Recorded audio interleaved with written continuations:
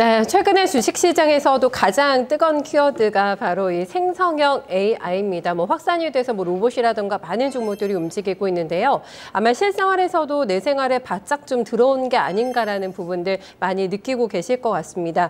몸을 가진 AI의 상용화도 머지 않은 시점이잖아요. 그럼 도대체 생성형 AI가 무엇인지, 그리고 내가 이것을 생활에서 어떻게 유용하게 활용할 수가 있을까? 그리고 이제 또 돈이 되는 쪽을 활용해 본다면은 투자 전략은 또 어떻게 세워야 되는가 굉장히 많은 부분에서 생각을 하고 계실 것 같은데요. 오늘 속 시원하게 또 깊이 있는 대답 들어볼 수 있을 것 같습니다. IT 커뮤니케이션 연구소의 김덕진 소장 모셨습니다. 어서 오십시오. 네, 안녕하세요. 반갑습니다. 김덕진입니다. 네, 오늘 좀 많이 알려주세요.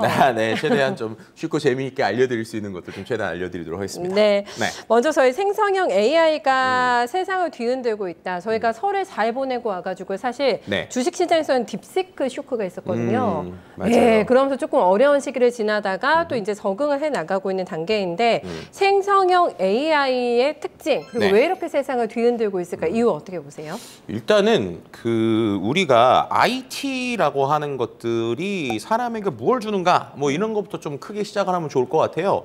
IT라고 하는 기술들이 결국에는 사람에게 되게 편리함을 주기도 하고 또 그 안에서 우리가 없었던 새로운 가치를 주기도 하잖아요. 이 생성형 AI라는 게 생각을 해보면 기존의 AI가 못하던 것들 중에 야, 요걸 잘하면 우리 사람이 되게 편리해지겠는데? 아니면은 사람 입장에서 보면은 야, 내가 지금까지 못했던 거를 얘랑 하면은 되겠는데? 라고 하는 것들을 준다라는 게 아주 매력이 있는 거예요.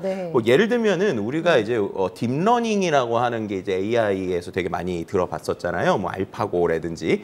근데 이 딥러닝이 하는 녀석들이 뭘 하는지를 보면 이 녀석은 일단 사람이 가지고 있는 엄청나게 많은 데이터나 행동들이 필요하죠. 그럼 그거를 갖고 뭔가 분석을 해서 저한테 구분을 해주기도 하고 추천을 해주기도 하죠. 예를 들면 구분을 한다라고 하는 건 스마트 팩토리가 있다고 쳐보세요. 그럼 그 스마트 팩토리에서 제품이 막 이렇게 나오고 있는데 불량이 나왔어요. 그럼 이게 불량이다 아니다 라고 하는 거 구분을 AI가 잘하겠죠. 해주는 것이고. 그렇죠. 왜냐하면 기본적으로 이 녀석은 많은 기존의 그 제품의 데이터를 보고 이게 좀 다르다. 그럼 얘를 이제 구분 이런 걸 잘할 테니까.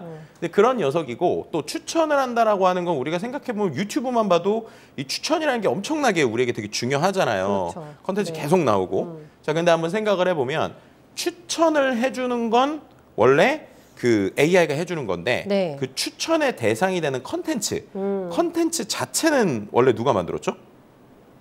사람이 만들었잖아요. 그죠? 사람이 만들었는데 이거 만들려면 돈도 많이 들고 비용도 많이 들고 아니면 전문성이 있어야 됐는데 이제 요즘에는 AI가 영상도 만들고 AI가 사진도 만들고 AI가 글도 쓰고 이렇게 되니까 사람 입장에서 보면 원래 AI랑 사람이 하는 역할이 반대가 되는 것 같네? 라는 이제 생각을 하는 거예요. 그러니까 어떻게 보면은 이것만큼은 야 그래도 사람이 해야 되고 저 어려운 부분이라고 생각했는데 이 녀석이 이거를 해주기 시작하면 우리가 이제 여러 가지 생각을 하는 거죠. 예를 들면은 보고서를 쓸 때 내가 맨날 보고서 쓰느라 고생해가지고 막 이렇게 야근하고 막 오래 있는데 자료 찾고 맞춤법 신경 써야죠. 그랬는데 이 녀석한테 좀 해달라 이러면 두두두둑 써준단 말이에요. 물론 완벽한 수준은 아니지만 한 80점짜리는 써준단 말이죠. 초안을 써주는 수준. 그럼 이제 초안을 써주니까 우리가 시간을 되게 줄일 수 있잖아요. 또 반대로 생각을 해보면 음악을 요즘에 또 AI가 만들기도 하거든요. AI가 음악을 만들 때 별거 없습니다. 제가 글자를 몇 줄만 써주면 이 녀석이 꽤 그럴듯하게 음악을 또 만들어요. 근데 어디서 좀 들어본직한 음악이 나오긴 합니다. 그런데 이제 중요한 거는 만약에 내가 음악을 아예 못했던 사람이에요. 그랬는데 이 녀석한테 음악을 만들어 달라고 하면은 만들어줘요. 그럼 이런 것들이 어떻게 보면 사람 입장에선 내가 못했던 거를 할 수 있게 되네 AI 덕분에. 그럼 이게 이제 우리에게 갖는 매력이 상당히 큰 거죠. 그럼요. 그래서 이제 어떻게 보면은 기존에 IT라고 하는 게 단순히 업무에서의 편의성, 도움을 줬다라는 수준으로 보면 지금 생성형 AI라고 하는 건 그 수준을 넘어서 뭔가 진짜 내가 어떻게 보면은 인간으로서 인간의 역량이 부족해서 못하는 것들 아니면 이것만은 인간이 할 수 있다고 생각한 것들 이런 것들 얘가 뚝딱뚝딱 해주기 시작하고 그런 것들을 빠르게 해주니까 사람들이 이제 이거 되겠네 라고 욕심이 생긴 거죠. 근데 이제 여기서 이게 그러면은 왜 우리의 주식과 투자의 관점에서 중요하냐라는 부분이 이제 이 알고리즘에 대한 이야기를 좀 해야 돼요. 뭐냐면 기존에 우리가 말했던 이 어떻게 보면 딥러닝이나 이 AI가 지금까지 발전하기 전에 완전 초창기 때 인공지능을 좀 말씀을 드리면 그때는 사람들이 어떻게 생각했냐면 야, 인공지능이 뭔가 보고서를 쓰거나 뭐를 하거나 이러려면 전문가처럼 돼야 돼라는 생각을 했어요. 그래서 전문가 시스템이라는 게 있었거든요. 그럼 이건 어떤 식으로 만드는 거였냐면 예를 들어서 사람이 뭔가 내가 이거 보고서를 잘 쓰고 싶은 AI를 만들고 싶은 거예요. 네. 그러면 전 세계에 쉽게 말하면 보고서 잘 쓰는 사람들 다 데리고 와요. 그래가지고 그 사람들이 보고서를 직접 막 다 써주는 거예요. 그럼 그거를 학습을 시키는 거예요. 보고서 자체를. 네. 그러면은 만약에 이 사람들이 뭐 예를 들면은 회사에 대한 분석 보고서를 써줘. 그러면 뭔가 다른 전문가들이 보고서를 그렇게 써놨으면 이걸 불러오긴 할 수 있을 거잖아요. 그런데 생각을 해보면 보고서라는 것도 아다르가 오다르고 그렇죠, 매일마다 그렇죠. 다르고 결도 달라지고 템플릿도 달라지면 네. 그걸 다 할 수가 없잖아요. 그래서 처음에 이게 실패했었어요. 그러니까 전문가 시스템이 잘 될 것처럼 하다가 야 이거 너무 케이스가 많은데 이거 사람 만드는데 안 돼라고 했었단 말이에요. 근데 어느 순간에 사람들이 뭘 생각을 하는 거냐면 야, AI가 공부하는 걸 봤더니 네. 이 애기들이 공부하는 거랑 비슷하네? 라는 생각들을 하는 거예요. 아이들이 공부한다는 거 쉽게 말해서 애들이 네. 태어나가지고 뽀뽀뽀뽀뽀 하다가 갑자기 아빠! 막 이러잖아요. 그럼 그렇게 할 때 얘네들이 아직 내용을 모른다고 얘네 깐난애기한테 이건 아빠야 이렇게 가르치지 않잖아요. 그냥 책을 막 공부 막 그냥 그림책이든 뭐든 막 주죠. 그럼 얘가 뭔지 모르고 계속 읽고 막 옆에서 뽀뽀뽀뽀 하다가 갑자기 어느 순간 아빠 이러잖아요. 네. 그러면 이제 거기에 있던 그 우리 부모님들이 다 얘가 진짜 아빠 제대로 안 했는데도 야 얘가 아빠랬네 천재네 이러잖아요.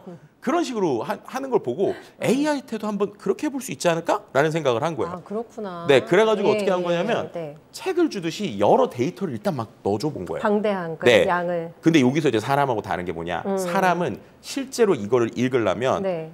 물리적으로 시간이 들잖아요. 네. 예를 들면 아이들이 책을 눈으로 읽더라도 이 그림책을 하나 읽는 데는 어느 정도 몇 페이지 이상 봐야 되니까 시간이 걸리기도 하고 또 이제 다음 책을 보려면 한 번에 여러 책을 읽지 못하잖아요.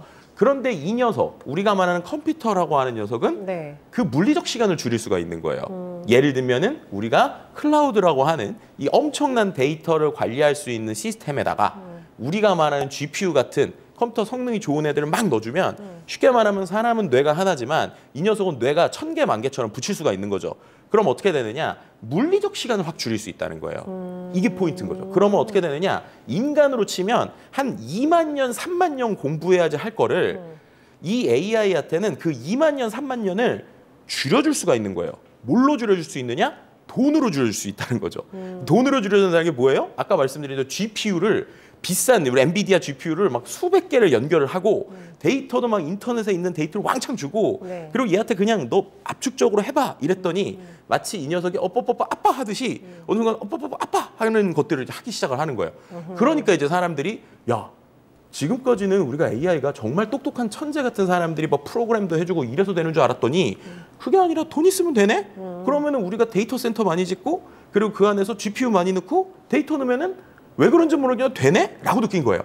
그러니까 어떻게 돼요? 자연스럽게 미국에 있는 빅테크들이 야 그러면 우리가 비싼 이거 만드는데 돈 있으면 되니까 해보자 라고 해서 지금 정말 예전으로 치면 말이 안 될 수준의 수백조 막 수천조 돈이 들어가는 거예요. 왜냐하면 들어갔더니 나오니까. 네. 그래서 이게 결국에는 우리가 말하는 엔비디아도 지금까지 상승을 시켰고 뭐 지금 말하는 데이터 센터도 그래서 상승이 된 거고 네네. 그래가지고 수많은 인터넷 클라우드 회사들이 등장을 하고 올라갔는데 그럼 여기서 이제 딥시크가 왜 중요하냐? 딥시크요. 네, 예. 딥시크가 왜 중요하냐? 지금 이렇게 했는데 이게 너무 비싼 거예요. 쉽게 말해서 이게 너무 돈을 많이 넣은 거예요. 그래서 미국은 이미 막 돈을 랄랄룰루 하고 있어요. 근데 이제 다른 나라 입장에서 보면 야 쟤네가 저거 하는데 몇천조를 막 썼대는데 우리가 그렇게 돈이 있나? 라는 생각을 첫 번째로 하죠. 두 번째로는 이게 아까 말씀드린 대로 일단은 양을 많이 주고 막 GPU로 해서 막 어느 회사가 이만큼 앞서 있어요. 그러면 뒤에 따라가는 데가 똑같이 한다고 그러면 이미 저희가 3년 이상 먼저 갔으면 따라가려면 3년의 격차가 있으니까 못 따라가잖아요. 그렇죠. 그러니까 이 두 가지가 있는 거예요. 돈도 너무 많이 써야 되고 네. 그리고 이 격차를 어떻게 좁혀야 되지? 라는 거에 대한 고민이 있던 거예요. 네. 자, 근데 그 상황에서 또 중국 입장에서 생각하면 자기네들이 돈이 있어도 비싼 H100이나 H200을 못 사잖아요. 이 미중 무역 갈등 때문에. 네, 네. 그런 고민을 하던 찰나에 이제 중국에 있는 천재라고 할 수 있는 이제 랑언형부터 해가지고 딥시크 애들이 뭘 생각한 거냐면 네. 앞서서 제가 원래 AI가 초창기에는 똑똑한 사람들이 몇 명의 방법을 갖고 아이디어를 내고 있다가 어느 순간부터 아 그거 모르겠고 그냥 돈 넣어가지고 왕창 하면 돼 였다고 그랬잖아요. 네. 다시 옛날 방식으로 이걸 좀 어떻게 하면 효율적으로 할 수 있을까라는 걸 생각을 해본 거예요. 네. 그래서 하나하나 뜯어보기 시작을 한 거예요. 그랬더니 이제 이것도 인간의 방식하고 비슷했던 건데 뭐냐면 이미 엄청나게 똑똑한 녀석이 있잖아요. 그럼 예를 들면 앵커님이 네. 만약에 내가 짧은 순간에 이 방송을 통해서 내가 네. 지식을 많이 늘리고 싶다. 그럼 어떻게 하시면 될까요? 방송을 통해서 지식을 빨리 늘리고 싶다. 네. 하면 어떨까? 없어요, 방법이. 아니죠. 이런 방법이 있을 수 있어요. 예를 네. 들면은 네. 앵커님이 네. 그 만약에 게스트를 부를 권한이 있어요. 네. 그럼 어떻게 하시겠어요? 내가 공부하고 싶은 게 있어요. 그럼 어떻게 하실 거예요? 공부 열심히 해야죠. 공부를 어떻게 해서 하죠? 방송을 통해서? 방송을 통해서 공부를 하는 방법. 글쎄요. 방송을 통해서 제일 좋은 건 공부하는 이거죠. 방법. 네. 내가 진짜로 저 사람한테 들으면 좋을 것 같은 네. 일타 강사 같은 사람들, 네. 전문가를 네. 여기 불러오는 거죠. 네. 불러와서 모셨잖아요, 지금. 네, 그래서 네. 내가 궁금한 걸 막 물어보는 거죠. 네, 네. 그러면 그걸 듣다 보면 내가 네. 어디 가서 그래, 내가 어디 가서 처음부터 끝까지 얘기 못 하겠지만 요 얘기한 거는 할 수 있겠네라고 할 수 있을 거잖아요. 네, 네. 이제 그 방식을 딥시크가 쓴 거예요. 쉽게 말하면. 그래서 딥시크가 이미 똘똘한 챗GPT 같은 녀석도 있고 똘똘한 막 미국에서 돈 엄청 쓴 애들 있으면 네. 그 녀석에 있는 지식을 쏙쏙 뽑아가지고 효율적으로 만들면 되겠네? 라는 생각을 한 거예요. 그게 이제 증류라고 하는 방식입니다. 아마 이제 계속 뭐 요즘에 막 많이 나오는 용어일 텐데 증류. 그러니까 네. 증류라는 게 어떻게 보면은 아주 고품질의 걸 이렇게 뽑아내는 거잖아요. 네. 그런 방법을 하나를 생각한 거예요. 두 번째로는 또 그 우리가 말하는 이 GPU, 그러니까 말했던 그 엔비디아의 H100 같은 이 GPU를 엄청 뜯어봐요. 네. 그래서 이거를 조금 더 효율적으로 계산할 수 있는 방법이 있는지를 막 복잡하게 계산을 해요. 그래서 그 방법론을 얘가 찾은 거예요. 아, 그래요? 네, 근데 그것까지 했던 이유가 뭐냐면 네. 이 딥시크를 만든 친구들이 원래는 퀀트 투자하던데 회사예요. 네. 그러니까 퀀트 투자라는 게 아시겠지만 주식을 네. 이 AI나 여러 가지를 갖고 아주 효율적으로 하다 보니까 네. 거기는 막 0.00001초 빨리 클릭하고 이런 것들까지 되게 분석을 해야 되는 회사거든요. 근데 그런 회사에서 이 엔지니어링, 그러니까 이 지금 있는 이 AI 시스템을 갖고 얼마나 빠르게 할 수 있는지에 대한 연구들을 막 계속하고 있던 팀이었단 말이에요. 이제 그런 팀이니까 어떻게 돼요? 이 우리가 제일 비싼 그래픽 카드는 못 써도 GPU는 못 써도 네. 조금 저렴한 걸 갖고 효율적으로 할 수 있는 방법들을 막 찾아요. 그럼 어떻게 돼요? 방법론도 찾고 찾는 방법도 하고 또 그거 말고도 여러 가지 아이디어를 내서 기존에 있었던 이 오픈 AI라고 하는 똑똑한 모델이 이미 있으니까 네. 그 모델을 갖고 비슷하게 하는 방법들을 여러 가지 연구를 한 거예요. 그래서 효율화를 시킨 겁니다. 그래서 엄청 저렴하게 할 수 있다라고 논문을 하나 냈고 네. 두 번째는 그 내용들에 대한 내가 어떻게 했는지에 대한 방법들. 어떻게 보면 그게 우리로 치면 노하우가 될 수도 있고 업무 기밀이 될 수 있잖아요. 네. 그거를 이 논문에다가 다 써버린 공개했어요. 거예요. 공개해버린 네, 거예요. 네. 그러니까 이제 다른 사람들이 야 그러면 우리가 수천조로 있어야지 될 법한 오픈 AI의 그런 기술들 대충 계산해 보니까 그래도 한 1, 2조 수준에서 가능할 것 같겠네? 라는 희망을 지금 전 심어준 세계에 거죠. 싹 던진 거예요. 네. 그래가지고 그게 이제 그렇게 되면 우리가 생각할 때 엔비디아가 그러면은 처음에 놀란 거는 야 그렇게 되면은 GPU가 필요 없나? 라고 했다가 주가가 떨어졌다가 네. 다시 한번 생각을 해봤더니 야 그러면은 오픈 AI가 사는 것보다 나중에 1, 2조 정도짜리 AI가 유럽에서도 나올 수 있고 뭐 한국에서 나올 수 있고 이렇게 생각을 하니까 사람들이 그러면 엔비디아를 어느 정도 다시 사긴 사겠구나 이래서 다시 이제 주가가 좀 오르고 있는 흐름인 거고 네. 반대로 말하면 그런 것 때문에 최근에 유럽에서도 이제 계속 AI에 엄청나게 투자하겠다라고 얘기 나오고 우리나라에서 투자하겠다고 얘기 나온 게 결국에는 야 이 생성형 AI를 이제 우리도 한 1, 2조 원 수준에서 만들어 볼 수 있겠구나라는 희망이나 이런 것들이 있었기 때문이다. 네. 이렇게 이제 좀 전체적으로 정리를 드릴 수 있을 것 같아요. 그래서 그러네요. 결국에는 생성형 AI가 우리에게 줬었던 네. 것들이나 네. 네. 이제 그런 것들이 이제 우리에게 어떤 흐름이 있어서 주식에까지 영향을 어떻게 미쳤는지 네. 뭐 전반적으로 좀 한번 얘기를 해봤습니다. 그러니까 딥시크가 지금 시장에 던져준 메시지가 굉장히 강렬한 거네요. 그렇죠. 네. 그리고 제가 대학교 다닐 때 제가 엄청 고생을 했어요. 리포트를 못 써가지고 레포트를 제가 대학생 때 이런 게 있었으면 제가 네. 훨씬 더 지금보다 학점이 높았을 것 같은데 네. 이런 생각도 들고 그래 또 이거를 트렌드를 진짜 빨리 쫓아가야겠다 나도 이런 생각을 하게 되면서 듣게 되는데 보시다시피 제가 첫 질문을 던졌는데 지금 몇 분 얘기하셨죠? 한 지금 15분 정도 얘기하신 것 같은데 오늘 저희가 녹화하는 날짜가 금요일이거든요. 네. 이 불금이 조금 불안합니다. 빨리 지금 가야 됩니다. 질문이 많아서 네, 요거 네. 다 하면은 시간이 시간이 꽤 나올 네. 것 같은데 그래서 그만큼 뭐, 해주실 얘기가 많으신 것 같고. 네. 네. 뭐 예를 들면은 네. 지금도 이야기 주셨으니까 뭐 네. 뒤쪽에 있는 거긴 한데 앞에서 해도 재밌을 것 같아서 뭐요? 일단은 네. 아까 제가 AI 갖고 네. 좀 재밌는 거 많이 된다고 그랬잖아요. 네네네. 보여주시려고요? 불금인데 불금인데. 노래나 하나 만들죠. 아 해보세요. 아 그러면은 김덕진 네, 작곡가님을 모셔보겠습니다. 네. AI 되나? 작곡가입니다. AI 작곡가. 작곡가님을 자, AI 모셔보겠습니다. 작곡가한테 그 우리 네. 앵커님의 마음을 담아서 네. 노래를 하나 만들어 달라고 해보죠. 아 제 마음을 담아서요. 네, 지금 불금인데 네. 이렇게 지금 나가지도 못하고 네. 지금 내가 이렇게 이걸 촬영을 하고 있어야 되냐 이런 마음을 너무 절실히 잘 담아서 읽으셨는데요? 절실히 담아서 그냥 지금의 마음의 상태를 네. 저한테 한 2줄 정도 그냥 얘기를 해주세요. 자, 오늘은 불금인데 나는 그죠? 왜 갇혀 나는 있을까? 왜 갇혀 있을까? 그죠? 네.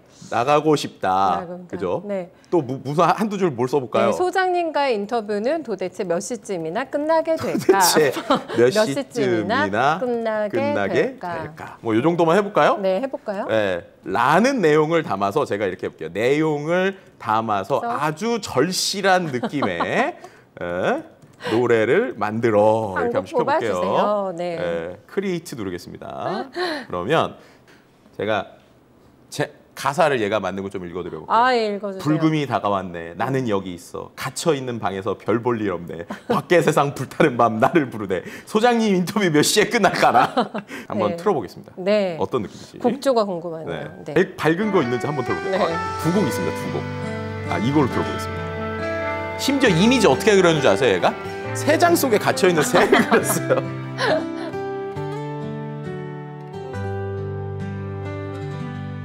불금이 다가왔네. 나는 여기 있어. 갇혀있는 방에서 별 볼 일 없네. 밖에 세상 불타는 밤 나를 부르네. 소장님 인터뷰 몇 시에 끝날까나. 감독님, 네. 소장님 감상평은 어떠세요? 저요? 네. 우리 앵커님의 마음을 제대로 담지 않았네. 날아가고 싶은 네. 네. 그리고 세장 속에 갇힌 네. 네, 저의 모습. 특히나 소장님 제발 이제 그만해줘. 이 가사가 정말 앵커님의 마음을 얘가 그대로 알고 있지 않나. 뭐 이런 아니에요. 거죠. 이게 제가 너무 극단적으로 표현했더니 네, 아닙니다. 좋아요. 사실 소장님께 네. 제가 너무 오늘 네. 많이 배우려고 너무 무식자여가지고요. 아닙니다. 제가 이렇게 같이 네. 하는 거죠. 네, 많이 배우려고 네. 지금 단단히 마음을 네. 먹고 왔는데. 네. 그래서 이제 네. 중요한 거는 지금 보신 것처럼 우리가 두세 줄 넣었다고 1분도 안 되는 사이에 이렇게 노래가 뚝딱 나와버리니까 진짜, 예. 이게 이제 어떻게 보면 저희처럼 음악 못하는 사람들은 너무 좋은 거고 반대로 내가 음악으로 먹고 사는 사람이다. 이러면 야 이거 어떻게 해야 되지? 이런 고민들이 그러게. 함께 되게 되는 게 결국 이 맞네. AI의 양면성이라고 볼 수 있을 것 같아요. 네, 네, 이게 꼭 네. 음악뿐만 아니라 뭐 보고서도 그렇고 영상도 그렇고 뭐 네. 아니면은 뭐 심지어 뭐 앵커님의 뭐 아나운싱도 그렇고 뭐 수많은 여러 가지 것들이 요즘에는 AI가 80점짜리 결과는 이렇게 뚝딱 주거든요. 네. 그러면은 이제 내가 뭔가 완전히 이름이 있어서 뭔가 이렇게 100점짜리, 95점짜리 하는 사람들이면 모르지만 내가 약간 하는 게 좀 빠르게 여러 개를 효과적으로 뽑아내는 사람이다. 뭐 이런 사람이면 좀 걱정이 되기도 하고 또 반대로 생각하면 야 이거를 내가 더 응용하면은 되게 또 돈을 벌겠는데 이런 이제 똑같은 상황에서도 양면성 있는 상황들이 계속 보이게 될 것 같아요. 네. 그래서 이런 게 이제 AI, 생성형 AI를 우리가 보고 이렇게 되게 매력도 느끼기도 하고 무서워하기도 하고 뭐 그런 전반적인 이유라고 보시면 될 것 같습니다. 무서워하는 측면에서는 이거죠. 내가 지금 제가 여기 앉아서 소장님하고 제가 인터뷰를 하고 있고 네. 또 그 전에는 방송에서 이제 주식 시세를 보면서 빨리빨리 판도를 읽고 시세를 읽고 이제 저희 시청자분들과 소통하면서 방송을 하잖아요. 네. 나보다 AI가 더 잘하겠는데 싶으니까 저도 위협감을 느끼거든요. 제 그렇죠. 자리에 대해서. 실은 이제 저는 제 유튜브 채널의 쇼츠를 네. 제가 안 해요. AI가 해요. 그래요. 네, 그러니까 실제로 제가 AI로 제가 한번 찍어가지고 네. 이렇게 만들어 놓은 다음에 네. 그 다음에 어떻게 하냐면 제가 뉴스 내용들도 챗GPT로 자동으로 뽑을 수 있는 솔루션을 같이 만들었어요. 그럼 어떻게 되냐면 오늘 제가 이제 여기서 일을 하고 있는데 네. 제 유튜브 채널에 제가 쇼츠를 한 예약 4개 걸어놓고 오거든요. 그럼 그거는 오늘에 있는 뉴스를 얘가 알아서 정리를 해서 그 정리된 내용을 이 AI한테 넣어가지고 AI가 저처럼 이야기를 하고 재수처를 하는 이런 컨텐츠들이 지금 나오고 있어요. 그리고 실제로 이제 우리나라의 주식 증권사들 중에 몇 개 업체들이 말씀하신 것처럼 AI 앵커들을 활용해서 주식 시향을 읽어주는 쇼폼들도 좀 나오고 있는 상황이긴 해요. 근데 이제 실제로 이게 저도 써보면 느끼지만 아까 말씀드린 80점짜리라고 그러니까 이게 생기는 없어요. 써보면. 그러니까 뭐냐면 저는 이제 방송을 막 이런 스타일이잖아요. 그런데 실제 유튜브에서 제가 제 채널에 있는 영상을 하나 정도만 좀 제가 틀어드릴 테니까 목소리 한번 들어보세요. 들어볼게요. 제가 이렇게 네. 미국이 중국 제품에 10%의 관세를 부과하자 중국 정부가 강하게 이렇게 나오는 거예요. 이렇게. 미국은 이 관세가 국내 펜타닐 문제를 해결하기 위한 조치라고 밝혔지만 중국은 펜타닐 문제는 미국의 내부 문제라며 반박했습니다. 뭐 이렇게 나오는 거죠. 9시 뉴스 앵커 같으시다. 그렇죠. 근데 이게 네. 이제 어떻게 되는 거냐면 제가 네. 실제로 이런 녀석들을 한번 네. 쫙 녹화를 이제 해놓으면 이거를 갖고 이렇게 프롬프트를 쓰게 되면은 이런 식으로 나오고 뭐 영상 같은 경우도 실제 이 영상에 있는 소스들을 AI가 자동으로 찾아주는 이런 솔루션이 들어가 있는 거거든요. 그럼 이제 아까 말씀드린 대로 이 녀석이 어쨌든 내가 기계적으로 뉴스를 들어야 되는 것들에서는 효과가 있을 수 있는데 네. 저처럼 막 이렇게 다이나믹하지는 않잖아요. 네, 네. 그래서 이게 일장일단이 좀 있는데요. 네. 그런데 지금 그래서 어디를 좀 대체하고 있냐면 말씀하신 아나운서 영역에서 실제로 뭐 제주도나 이런 데들 AI 뭐 앵커 아나운서를 도입하고 있다는 뉴스 들어보셨을 거잖아요. 네. 근데 그런 데들 제가 맥락을 들어보니까 왜 제주도에서 그렇게 썼냐면 제주도에 계속 상주하는 고정 앵커를 구하기가 힘들다고 그러더라고요. 아, 그래서 제주도구나. 네. 저도 이제 그 아나운서 시험 보러 다닐 거 아니에요. 그쵸. 그럼 제주도 뭐 이제 저희가 어디는 안 가겠습니까? 뽑아준다는데. 근데 네. 제주도 앵커 내가 내려가서 할 수 네. 있을까도 그렇지만 거기에서 또 거기 도민을 선호하거든요. 왜냐하면은 서울이나 다른 지방에서 오면은 금방 올라가 버릴까 봐. 아, 맞아. 그래서 네. 일단은 제주 네. 도민을 선호합니다라고 돼 있어요. 그러니까요. 네. 이제 그런 맥락들이 있는 거죠. 말씀하신 네, 것처럼. 맞아요. 그러다 보니까는 이제 이 부분에 있어가지고 어떻게 할까 고민을 하고 있는 상황에서 그런 데들이 먼저 이제 조금씩 활용을 하는 그렇구나. 거죠. 네. 그래서 결국에는 지금 완벽하게 대처한다기보다는 이제 어떤 이유들을 통해 가지고 그래도 80점짜리, 70점짜리도 필요한 데들 네. 이런 데들이 지금 AI가 조금씩 들어오고 있다라고 보시면 될 것 같고 특히나 이제 우리나라도 그렇지만 미국이나 일본에서 이 생성형 AI를 관련되거나 AI 관련 이슈가 되게 잘 되는 이유가 일단 미국이랑 일본이 조금 결이 다른데 네. 일본은 아시지만 노인 인구가 되게 많아지잖아요. 그쵸? 그러니까 실제로 네. 일할 인구가 줄고 있어요. 네. 그럼 그런 부분에서 실제 회사에서 뭔가 일을 하거나 사무직을 할 사람들도 어느 정도 40대, 30대들이 많이 필요한데 네. 사람이 줄잖아요. 네. 그러니까 이 똑똑한 AI가 보고서를 써주는 게 필요한 거예요, 실제로. 그렇구나. 그리고 또 이제 미국 같은 경우에도 지금 대부분 일에서 완전 고용 상태가 되게 많이 있기 때문에 노동력이 필요한 데들. 뭐 예를 들면은 우리나라에서도 뭐 이제 미국에서 이번에 되게 이슈가 됐던 게 존 디어라고 하는 회사가 실제 자율주행 트랙터, 그다음에 자율주행 잔디깎기, 그다음에 자율주행으로 이제 실제 우리가 알고 있는 그 과수원에다 농약 뿌리는 이런 기계들이 나왔거든요. 네. 근데 이런 기계가 우리나라에 있으면 헉헉할 수 있지만 미국에선 좋아한다는 거예요. 왜냐하면 미국에 실제로 일할 사람들이 그 농사를 지을 사람들이 없으니까 그런 데서 이런 것들이 도움을 주는. 그래서 그런 기술적 맥락을 같이 보셔야 네. 이 기술이 어느 정도의 입장에서 이게 될 거냐라는 거고 네. 더 냉정히 말씀드리면 네네. AI가 실제 인건비보다 싸지는 영역 이런 영역에서 지금 먼저 들어가고 있다. 이렇게 좀 말씀을 드리는 게 더 나을 것 같습니다. 네, 이게 단순한 기술 그 이상의 의미를 넘어서고 있습니다. 어떻게 보면은 내 하루 일상을 그냥 다 같이 하는 내 파트너라는 네. 개념이 되지 않을까라는 생각을 하게 되는데 분야가 너무너무 다양하거든요. 일단 맞아요. 저희 뭐 주식 투자하시는 입장에서는 의료 쪽에서도 최근에 AI 관련된 종목들 굉장히 핫하게 또 움직이기도 했고 그렇죠. 뭐 이건 의료는 좀 체감이 되실 것 같아요. 뭐 수술도 로봇으로 받기도 하니까요. 맞아요. 분야가 굉장히 다양할 것 같은데 우리 생활 속에 얼마나 깊숙이 침투해 있는지 네. 네, 그거를 좀 봐주세요. 네, 뭐 예를 들면 의료 분야에서는 말씀하신 것처럼 뭐 진료 기록을 요약하거나 의학 논문을 분석하거나 신약 개발을 지원하거나 이럴 때 이제 생성형 AI가 좀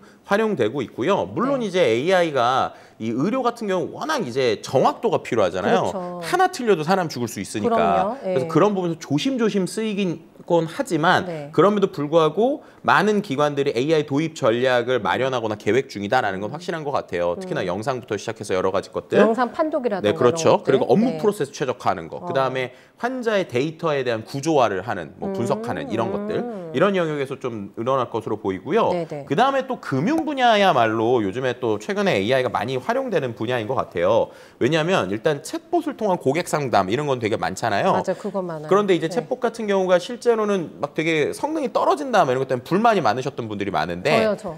아, 좀 답답하던데. 네, 좀, 왜냐하면 네. 그게 이제 기존에는 룰 베이스, 그러니까는 이 녀석이 아까 말씀드린 이렇게 질문하면 이렇게 대답해 이거에 가까웠는데 네. 최근에 생성형 AI 기반의 챗봇들이 연구가 되고 있는 거예요. 왜냐하면 챗GPT 써보시면 알겠지만 얘는 이상한 얘기해도 답변을 막 다 해주잖아요. 네. 근데 기존의 챗봇은 그런 게 안 됐는데 생성형 AI 이제 답변을 다 해주니까 일단은 불편하거나 답답한 건 덜 한 거예요. 근데 이 녀석이 혹시나 잘못 답을 해가지고 네. 금융에서 잘못된 정보를 얘기해주면 안 큰일 되잖아요. 나죠. 네. 그래서 요즘에 이제 어떻게 하고 있냐면 이 생성형 AI 기반의 서비스에 네. 우리 RAG라고 보통 표현을 하는데 쉽게 말하면 이 녀석이 우리 이것도 방송으로 비유하면 예를 들면 말을 되게 잘하는 쇼호스트인 거예요. 네. 그래가지고 막 이것저것 하면 다 잘해요. 근데 이 사람이 물건을 팔아야 돼요. 그럼 물건을 팔아야 되는데 물건을 모르는 상태에서 팔면 이상한 소리 하잖아요. 그래서 보통 이제 방송하기 전에 그 업체의 전문가분들이 핵심으로 요약돼 있는 요약서를 딱 주잖아요. 네. 그럼 요약서를 딱 보고 나서 이 사람이 원래 말을 잘하는 사람이니까 자기가 막 꾸며서 얘기를 해도 이 요약서 안에서 하고 또 따로 공부를 하잖아요. 요 방식으로 챗봇을 만들고 있는 거야. 아. 그래가지고 이제 기존에는 이 녀석한테 신입사원 뽑아서 하나하나 알려줘가지고 이거 말해 그러면 이 녀석은 모르는 거 있으면 대답을 못 할 거잖아요. 말을 잘하는 녀석이 아니니까. 그래서 답답했던 건데 지금 우리가 말하는 이 생성형 AI 기반의 챗봇의 RAG를 한다는 건 말씀드린 것처럼 말을 되게 잘하고 이것저것 되게 물어보면 대답을 잘하는 애한테 그래도 우리 회사에서 이렇게 알아야 돼 라고 우리 회사 데이터를 요약해서 한 번 더 알려주는 거예요. 그럼 이 녀석이 말을 할 때 자기가 아는 거 모르는 게 있어도 대충 이렇게 막 얘기는 하면서 나갈 수 있는 사람 같은 느낌이 될 거잖아요. 그래서 이런 것들이 이제 금융 분야에서 사람들이 생성형 AI를 되게 좋아하고 관심 있는 이유예요. 그럼 이제 이 안에서 되게 자연스럽게 뭔가를 하겠죠. 네. 그뿐만이 아니라 우리가 이제 뒷단에서 모르겠지만 은행업이요. 실제 우리 앞에서 막 도장 찍고 하지만 실제 은행원들은 이 사람들 셔터 내리고 나서부터가 일이다 이런 얘기 있잖아요. 왜냐면 수많은 그 서류 막 처리하고 분석하고 막 이런 것들. 근데 이것도 되게 사람이 하나하나 보고 검토하려면 오래 걸리는데 또 생성형 AI한테 이거 맡기기 시작을 하는 거예요. 그래서 이 녀석한테 우리가 원하는 것들 네가 뭐 예를 들면 찾아달라든지 문서를 정리해달라든지 이런 것들 좀 활용하기 시작하는. 그래서 궁극적으로 뭐 투자 리서치 보고서를 쓴다든지 이런 쪽도 하고 있고요.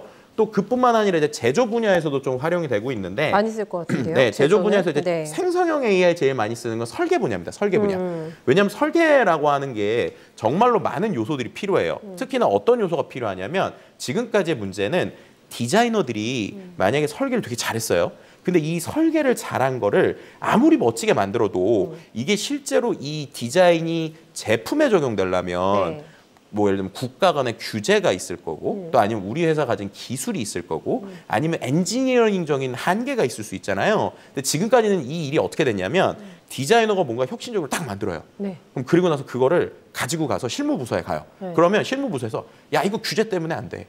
야 이거 우리 기술 안 돼. 다시 해와 이러는 거예요. 그럼 또 다시 해야 되는 거예요. 아니면 이 사람들이 같이 막 싸우면서 하면 디자인이 적용이 안 되니까 네. 그럼 이렇게 몇 번 티키타카 하면 회사에서 벌써 6개월, 1년 지나갈 거잖아요. 시간이, 예. 이렇게 되는데 요즘에 생성형 AI 기반들의 솔루션들이 뭘 하고 있냐면 이 AI로 그러니까 디자인을 할 때부터 네. 이미 우리 회사에 대한 정보나 기획이나 내용이 이 AI에 다 들어가 있는 거예요. 쉽게 말하면. 그러면 이 사람이 디자인을 할 때 이렇게 디자인하면 규제에 걸려요. 라는 걸 알려준다든지. 아니면 이렇게 디자인을 했을 때는 조금 문제가 있어요. 라는 거를 효율성이 진짜 높아지는구나. 예, 미리 알려주는 거예요. 예. 그러면은 원래는 6개월 동안 왔다 갔다 티키타카 하느라고 막 다 R&D 넘어갈 게 빠르면 며칠 안에도 이게 금방 되는 거죠. 그래서 이런 것들이 제조에서 생성형 AI가 또 해주는 영역이라고 보시면 될 것 같고요. 네. 또 이제 교육 분야에서도 상당히 중요하죠. 교육 분야 예를 들면은 AI 뭐 교과서 논란도 우리나라에서 좀 있긴 했지만 뭐 AI 교과서가 완벽하게 다 모든 걸 다 해주지 않더라도 네. 기본적으로 맞춤형 교육이라고 하는 몇 중에서 AI가 할 게 많아요. 특히나 이제 생성형 AI 같은 경우에는 이 녀석한테 역할을 어떻게 주냐에 따라서 전혀 다른 형태의 것들이 됩니다. 뭐 예를 들면은 요거 한번 해볼까요?